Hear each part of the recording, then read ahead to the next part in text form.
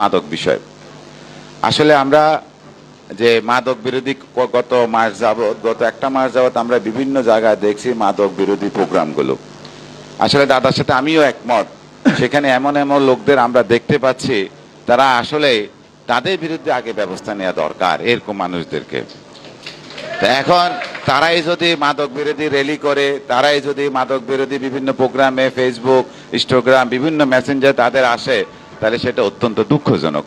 আর আমি আজকে আরেকটা কথা স্যারের অবগতির জন্য বলছি, সেখানে আমাদের এই বর্তমান ক্ষমতাসীন দলের লোকদেরকে বেশি দেখা যাচ্ছে।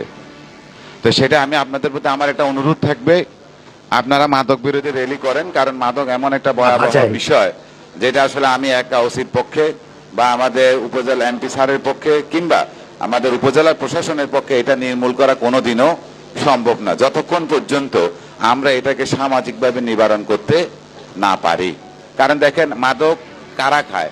আপনার সন্তান, আমার সন্তান, আমার ভাই বোন, এরাই তো কিন্তু মাদক সেবনকারী কিংবা বিক্রয়কারী। আমি যদি ছোট্ট একটু বলি, গত মাসে 2 মাসে আমি প্রায় 65 জন মাদক ব্যবসায়ীকে বিজ্ঞ আদালতে সোপর্দ করছি স্যার, 65 জন। কিন্তু দেখা যাচ্ছে এখন ইতিমধ্যে 5-7 জন জেলখানা আছে কিনা সন্দেহ আছে।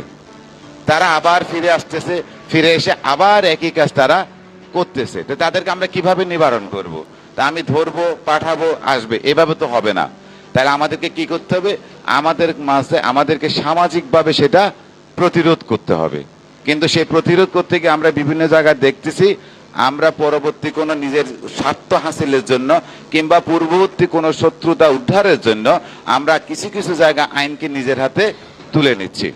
এটা কোনোভাবেই করা যাবে না। মাদক একটা সামাজিক ব্যাধি, এই ব্যাধিকে নির্মূল করতে গিয়ে আমরা বা আপনারা অন্যরা যারা কাজ করতেছেন মাদক নির্মূলের জন্য, কোনো অপরাধ সেখানে করা যাবে না, আইন নিজের হাতে তুলে নেওয়া যাবে না। আমি আপনাদের